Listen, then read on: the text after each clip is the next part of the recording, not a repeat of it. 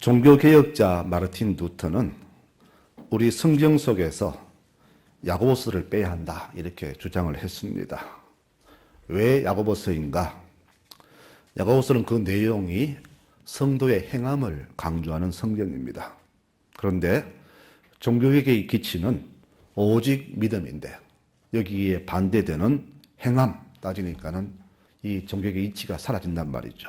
그래서 이 루터는 야고보서는 성경이 아니다. 그래서 이 야고보서를 말하기를 지푸라기 성경 이렇게 아주 폄하해 버렸습니다. 우리가 알듯이 야고보서는 예수님의 친동생인 야고보가 쓴 편지이며 우리 신앙인들에게는 믿음의 행위가 제일 중요하다. 즉 믿음에는 행위가 반드시 따라간다는 것을 강조한 그런 성경입니다. 근데 실제로 야고보가 말한 성도의 행위는 무엇이냐? 믿음을 가진 사람들은 반드시 그 믿음을 겉으로 드러내야 한다. 즉 행함을 강조한 것이죠. 이것 없는 믿음은 죽은 믿음이다. 그렇게 강조를 했습니다. 그래서 그가 인용하기를 아브라함이 하나님께 인정을 받은 것은 그가 아들을 바친 그 행함 때문에 하나님께 인정을 받았다. 그러므로 믿음은 행동이 반드시 따라야 온전한 믿음이 된다. 이렇게 이 사건을 인용하면서 믿음의 본질을 이렇게 야고보는 밝혔습니다. 그러면은 우리 생각할 때 믿지 않는 사람들이 믿는 우리보다 세상에 보면 선한 일을 더 많이 하는 것을 봅니다. 그렇죠? 그러면은 말만 하고 행동 없는 우리 교인들과 비교했을 때 하나님께서 누구를 더 인정하실까? 이런 어떤 질문을 또 한번 해볼 수가 있습니다. 여러분 오늘 이야기는 그렇습니다. 이런 질문과 더불어서 믿음이 어떤 믿음이 진짜 믿음이냐? 모두가 믿음을 강조하는데 어떤 게 진짜 믿음이며 우리 믿음은 무엇을 근거로 해야만이 하나님을 인정하실까에 대해서 오늘 이렇게 궁금증으로 출발을 하려고 합니다. 오늘 읽은 말씀처럼 당시 초대교회는 사유재산을 소유하지 않고 서로에게 유익되도록 재산을 공동으로 관리했습니다. 그것을 성경에서는 유무상통 그렇게 말을 합니다. 참 좋은 시대였죠. 가난한 사람들에게는 너무나 좋은 시대였지만은 부자들에게는 좀 아쉬운 그런 시대였다 그렇게 봅니다. 그러면은 어쨌거나 초대교회는 이렇게 유무상통했는데 어떻게 해서 그런 일이 벌어졌을까? 이유는 두 가지가 있습니다. 첫째 이유는요, 성령의 역사가 아주 강했습니다. 이 말은 뭐냐? 성령께서 우리 속 사람을 변화시켰다는 그런 말입니다. 즉 성령의 역사하시니까 내 속에 있는 탐욕을 다 성령께서 메워버리셨어요. 탐욕이 사라지고 개인주의 사라지고 이기주의 사라지니까 사람 내 속 사람 변화가 일어나니까 이런 일이 일어난 겁니다. 여러분 사람의 변화는요 어떤 교육도 안 됩니다. 성령께서 그를 만져주셔야 변화가 됩니다. 이게 이렇게 초대교회는 성령께서 역사하심으로써 사람들의 속마음을 만져주심으로써 그들이 변화됨으로써 이런 일이 벌어진 겁니다. 성령 좋아하시니까 그 완악한 삭개오가 변했잖아요. 이처럼 초대교회의 이런 사건은 성령에서 강했다. 이렇게 보시면 되겠고요. 두 번째 이유는 그들에게 일어난 임박한 종말 사상이 그렇게 원인이 되기도 했습니다. 이게 무슨 말이냐? 사람들이 예수님 성천을 보았습니다. 그런데 천사가 이런 말을 합니다. 너희가 본 예수는 너희 본 그대로 다시 오신다라고 재림을 확인시켰거든요. 이때부터 이 초대교회는 종말 사상이 온 교회를 가득 찼습니다. 주님 곧 오시는데 재산이 무슨 필요가 있나? 우리 내일 모레면 다 죽는데 빨리 재산 쓰고 죽자. 이런 나쁜 세상과 더불어서 한편으로는 우리 주님 만나기 전에 이 좋은 데 쓰자 하면서 이렇게 교회를 가져와서 이렇게 교회가 유무상통이 된 겁니다. 두 가지입니다. 긍정적인 면과 부정적인 면입니다. 근데 문제는 뭐냐? 이랬더니 사람들이 일을 안 합니다. 주님 오시는데 뭐 일하면 많아. 있는 거 빨리 다 먹고 놀자. 적금 깨고 보험 깨서 놀자. 그래서 초대교회 사람들이 굉장히 게으른 사람 많았었습니다. 그래서 바울이 말하기를 일하기 싫은 자는 먹지 말라. 그렇게 일침을 놓기도 했습니다. 이 두 가지 성령의 역사와 종말 사상이 초대교회를 지배했습니다. 그래서 모두가 교회로 몰려들었고 교회는 이들에게 자선을 베풀었으며 교우들은 이 자선을 위해서 자기 재산을 다 교회에 기부하게 된 겁니다. 오늘 이야기도 여기에서 시작이 됩니다. 자, 당시 교회 모습을 이렇게 성경은 소개합니다. 그 많은 성도들이 다 한마음 한뜻이 되어서 아무도 자기 것을 하지 않고 모든 것을 공동으로 사용하였다. 사도들은 놀라운 기적을 나타내며 예수님 부활을 증언했고 성도들은 모두가 큰 축복을 받았다. 그들 가운데 가난한 사람은 하나도 없었다. 땅이나 집을 가진 사람들이 다 팔아서 그 돈을 교회에 가져왔기 때문에 모두가 쓸 만큼 가졌기 때문에 아무도 가난하지 않았다. 이렇게 초대교회의 모습을 소개합니다. 여러분, 이 모습이 끝까지 해서 얼마나 좋을까요? 그런데 꼭 좋은 일 때는 항상 나쁜 일이 끼잖아요. 이렇게 영적, 육적으로 번성한 초대교회 내에 이렇게 숨어있던 또 불순한 세력이 오늘 떠오르는 그런 사건이 일어나게 됩니다. 그 시작점이 바로 오늘 바나바부터 시작이 됩니다. 36절에 말하기를 구브로에서 난 사람이 있으니 이름은 요셉이라. 사도들은 그를 바나바라 불렀다. 그렇게 했습니다. 이 바나바가 자기 땅을 팔아서 교회에 다 헌금한 겁니다. 여러분, 이 구브로는 지금의 지중해에 있는 터키 가까이 있는 지중해 섬에 있는 섬인데 이 섬이 그 당시에 무역항이었어요. 그러니까 돈이 많이 돌겠죠. 그러니까 경제도 번성하고 당연히 그 사람들은 굉장히 부자로 살았습니다. 그러니까 땅값도 비쌌겠죠. 여기에 자기 집이 있었으니까 이 바나바의 땅값이 얼마나 비쌌을까요? 여러분, 송라의 땅 한 평 값과 우리 강남의 땅 값이 다른 것처럼 그런 겁니다. 이 바나바가 그 땅을 팔아서 다 교회에 드린 거예요. 그랬더니 교인들의 시선이 다 그에게 몰려갑니다. 야, 대단한 사람이야. 어떻게 강남의 그 1000평 땅을 팔아서 다 교회에 드릴까? 나는 그렇게 못하는데 하면서 바나바를 칭송합니다. 자, 이 모습 속에서 오늘 주인공은 이상하지만은 오늘 참 험한 일을 당한 아나니아 부부의 불순한 의도가 이때 드러나게 된 겁니다. 이 두 사람도 사실은 교회에 충성을 다한 사람입니다. 오직 지금까지 교회에서 가장 중심적인 사람이었고 모든 전도, 봉사, 수고에 이 부부가 안 낀 곳이 없었다고 그렇게 봅니다. 모든 시선이 여기 몰려갔는데 이 바나바 때문에 시선이 이렇게 옮겨가게 된 것이죠. 그래서 부부가 바로 이것을 오늘 못 견디게 된 겁니다. 왜 못 견뎠을까요? 그 속사람이 무엇일까요? 나는 하나님보다는 사람에게 인정받기를 원한다. 그것이 그들의 본질이었어요. 그러니 헌금을 드려도 수고해도 하나님 영광보다는 내가 드러나야 됩니다. 남들이 야, 저 부부 대단해. 어떻게 저 열심히 할까? 모든 칭송을 내가 받기를 원했던 거예요. 이 모든 영광 하나님 받으셔야 되는데 그 영광을 내가 가로채며 살아왔던 겁니다. 그런데 어느 순간 교인들의 시선이 이 바나바에 몰려가니까 두 사람이 이렇게 갑자기 빈탕이 된 것이죠. 그래서 두 사람이 오늘 이상한 일을 함으로써 큰 벌을 받게 된 것을 우리가 보게 됩니다. 여러분, 오늘 바나바 이 사건은요, 이 아나니아 부부 사건은 그때만의 사건이 아닙니다. 지금도 교회마다 이런 불순한 동기를 가진 교인들이 있다는 사실이에요. 하나님께서 기뻐하시고 오직 교회에 영광되고 하나님 영광되는 그런 모습으로 내가 서여져야 되는데 그것이 아니라 내가 알려지고 내가 높아지는 것, 내가 칭찬받는 그런 모습으로 하는 분들이 교회마다 있다는 겁니다. 그 당시 있었어요. 그런데 이것이 수면 아래에 있었는데 어느 순간에 이것이 떠오르게 된 것이죠. 그래서 초대교회가 갑자기 성장하는 교회가, 은혜 있었던 교회가 갑자기 이 사건 때문에 갑자기 침묵해지는 그런 일이 벌어지게 된 겁니다.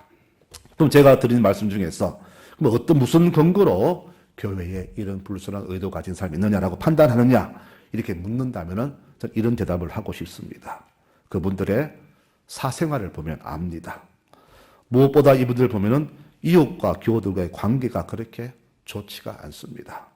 교회 오면은 참으로 인정받을지 모르지만은 마을에 가면은 이웃에게 별로 인정을 못 받아요. 뭐 교인이 뭐 저래? 사랑도 없고 자기만 알고 이런 식의 어떤 비난이 들어옵니다. 이웃에게는 지탄을 받고 심지어는 내 자녀들에게도 인정 못 받아. 나는 엄마 아빠처럼 그래 안 살래. 엄마 믿는 그런 예수 안 믿을래. 이런 말이 나올 수 있다는 것이죠. 그리고 직장에서도 뭐 교회 가면은 뭐 그 중직자라면서 직장에서 저렇게 뭐 저 나쁜 상사가 있나 이런 말을 듣게 되는 거예요. 어떤 모임 가도 저 사람 안 왔으면 좋겠다 이런 사람이 생깁니다. 바로 이것을 볼 때에 바로 우리의 신앙이 동기가 어떠냐에 따라서 이렇게 나타나는 것이죠. 그래서 오늘 이 부부의 문제점이 무엇일까? 신앙생활은 하나님 중심이 아니라 사람 중심으로 했고 하나님의 인정보다는 사람이 인정받기에 애쓰다는 겁니다.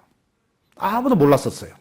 그런데 오늘 이 바나바 때문에 이것이 오늘 드러나게 된 겁니다. 그래서 자기들이 이것을 보충하려고 액션을 취했는데 그게 뭐냐? 땅을 팔아서 일부만 드리고 일부는 내가 숨겨둔 겁니다. 여러분 여기서 여러분 잘 들으십시오. 내가 땅을 팔았습니다. 다 드리고 안 드리고 내 마음이잖아요. 헌금은요, 예물은 내 마음이에요. 내가 다 들어도 좋고 반 들어도 좋고 더 안 들어도 됩니다. 그건 내 마음이에요. 그런데 오늘 이 땅값을 다 넣었다고 해서 그가 저주받은 게 아니란 사실입니다. 여러분 오늘 중요한 것은 뭐냐? 이 부부가 바치면서 다 드린 것처럼 그렇게 교회에 선포를 한 거예요. 나도 저 바나바처럼 내 재산 다 팔아서 교회에 드립니다. 뭡니까? 나는 이런 사람이다. 나를 알아달라. 이런 이야기죠. 이것이 바로 오늘 하나님께 큰 노를 받게 된 그런 사건이 된 것입니다. 사람 속이 아니라 바로 하나님을 속인 것이죠. 그래서 오늘 베드로가 뭐라 합니까? 네가 왜 네 돈을 네 마음대로 못하느냐? 이 땅은 네 것이고 그 판값도 네 것인데 네가 왜 거기에 매여 가지고 이렇게 불순한 의도를 가지고 이렇게 하나님을 속이느냐? 왜 네가 성령을 속였느냐? 이렇게 베드로가 책망을 하잖아요. 여러분 다시 말씀드립니다. 다 안 됐다고 해서 그가 책망받는 것이 아니라 하나님을 속였기 때문에 그런 겁니다. 그런데요 사실은 그 사람은 성령 속인 게 아니에요. 사람으로 속였어요. 교인들에게 나는 다 드렸습니다. 사람 속였는데 이것이 어떻게 성령 속인 것이냐? 여러분 우리 믿는 사람들은요 그냥 사람이 아니에요. 시편에는 우리를 가리켜서 하나님의 아들이라 그랬습니다. 즉 우리는 신의 아들입니다. 그러니까 우리는 보통 사람이 아니라 하나님의 아들로 인정받는 하나님의 사람이에요. 그러니까 나를 속이는 것은 우리 교우를 속이는 것은 곧 하나님 속이는 것이죠. 그래서 우리가 교회에서 정말로 우리가 믿음으로 순수하게 살아갈 이유가 바로 여기에 있는 겁니다. 무슨 말을 하든지 무엇하든지 항상 주 앞에서 반드시 해야 되고 사람에게 잘 보려고 해서는 절대 안 된다는 것을 오늘 이 성경은 우리에게 말해 주는 겁니다. 우리가 무엇하든지 제일 중요한 것은 그 동기입니다. 순수한 동기에는 행위도 순수한데 불순한 동기에는 행위도 불순합니다. 우리 신앙생활에서 여러분 다 중요하지만 제일 기초는 뭐냐? 동기가 바로 순수해야 된다. 즉 위선이 사라져야 된다. 여러분 신앙은요 위선이 없어야 됩니다. 여러분 이렇게 성령 역사를 방해하는 위선의 대가가 무엇이었느냐? 바로 하루 그날에 부부가 죽임을 당하게 된 겁니다. 성도 여러분 잘 들으시 바랍니다. 어떤 분은 뭐 행위가 좋으면 되지 동기가 중요하냐? 아닙니다. 주님 보시는 것은 우리의 순수한 동기와 더불어서 순수한 행동을 원하십니다. 그래서 이 동기가 다르고 행동이 다를 때 그것을 주께서는 위선이라 그렇게 말하는 겁니다. 여러분 우리가 마태복음 24장에 보면은요 이 위선자의 결과가 무엇인가를 우리가 알 수 있거든요.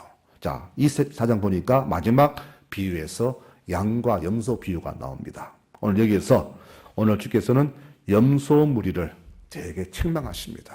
너희는 지옥에 떨어져라. 주님 무슨 말씀입니까? 우리가 얼마나 주께 많이 충성했는데 너희는 내가 아플 때 안 돌아봤고 배고플 때 밥 먹고 안 주었지 않느냐? 우리 했습니다. 알고 보니까 이 사람들은 주로 누구에 행했느냐? 강한 사람, 부자, 내가 도움을 받을 수 있는 사람, 내게 갚을 수 있는 사람 이런 사람들에게 많이 베풀었어요. 그러니까 내 이름 나는데 얼굴 나는 데는 많이 베풀었다는 겁니다. 그러니까 이것은 선행이 아니라 불순한 동기의 기부행위였다. 거래였다. 그렇게 보시면 됩니다. 내가 도와줬지 너도 내게 갚아라. 바로 이거죠. 사람들의 선행이 왜 하나님께 인정받는지 바로 여기에서 드러납니다. 우리는 선행이 많지 못하더라도 세상 사람들보다 왜 우리의 선행이 중요하냐? 그들의 선행은 동기가 불순한 겁니다. 오늘 이야기처럼, 염소들처럼. 근데 우리는 가진 게 없어서 많이 못 주고 나오지 못해도 하나를 주더라도 동기가 순수하잖아요.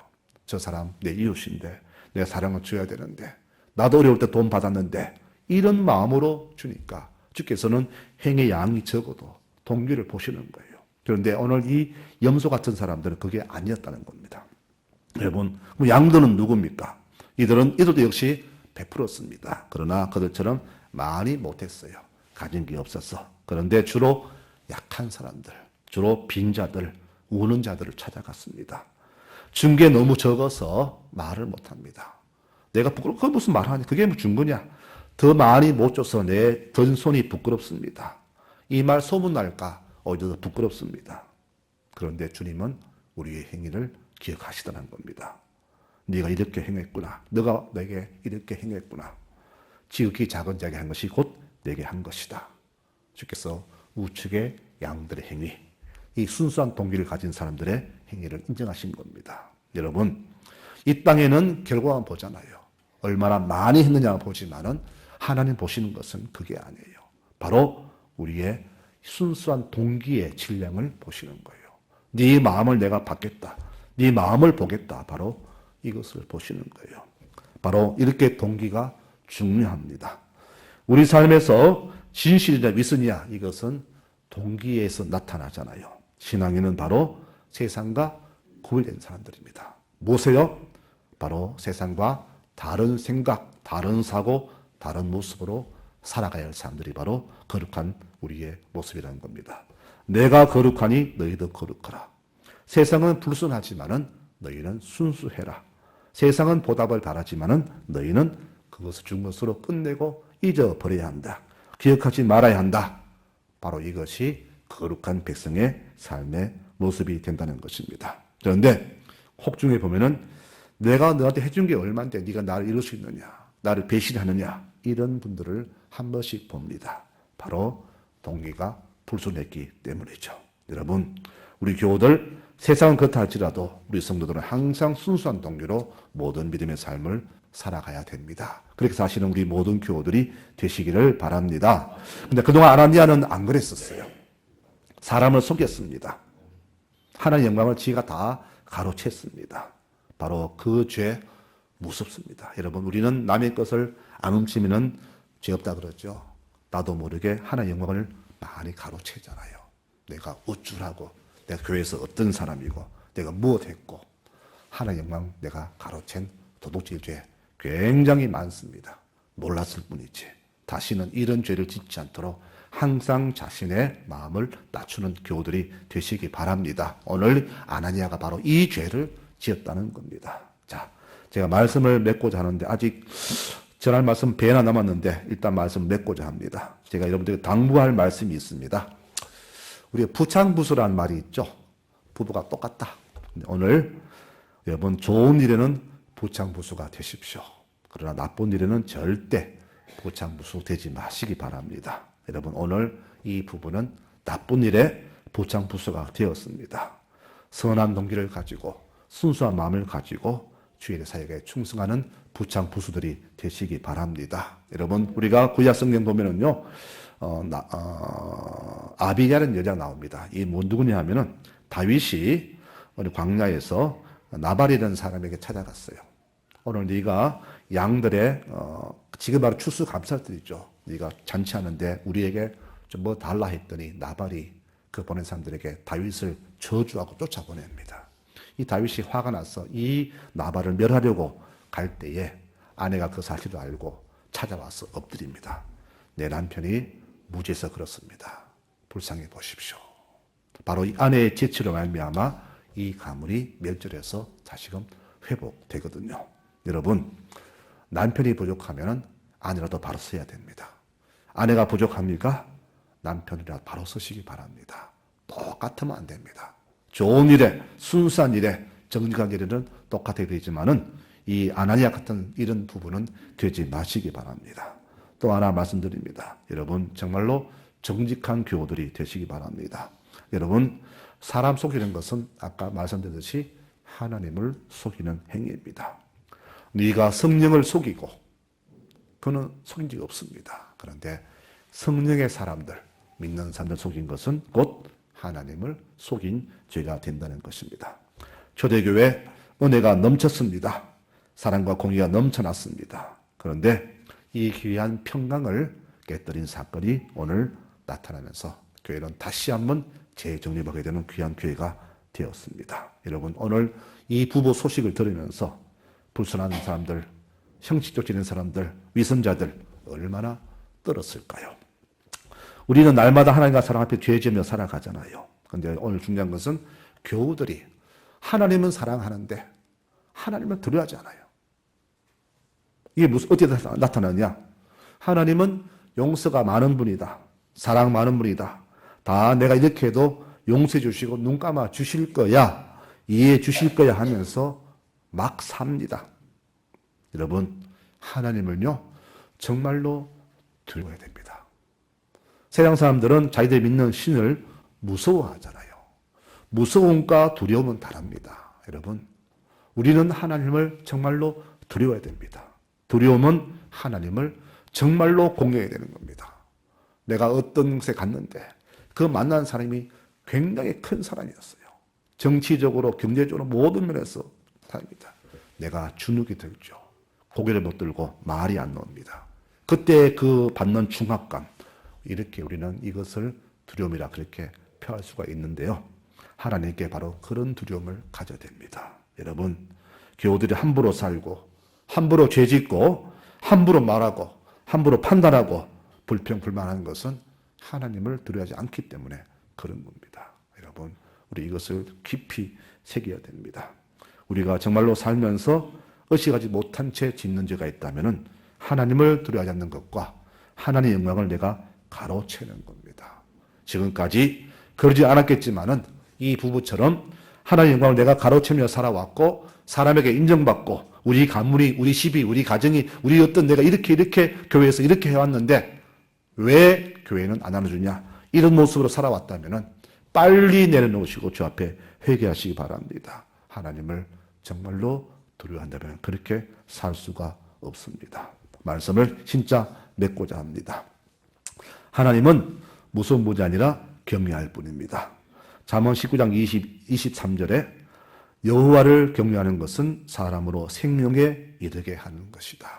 여러분, 하나님을 공경하고 두려워해야 구원을 받습니다. 하나는 우리가 경외할 뿐이지 우리가 이용할 뿐이 절대 아닙니다. 사도 바울은 빌립보에서 말하기를 두렵고 떨림으로 너희 구원을 이루라 그렇게 말을 했습니다.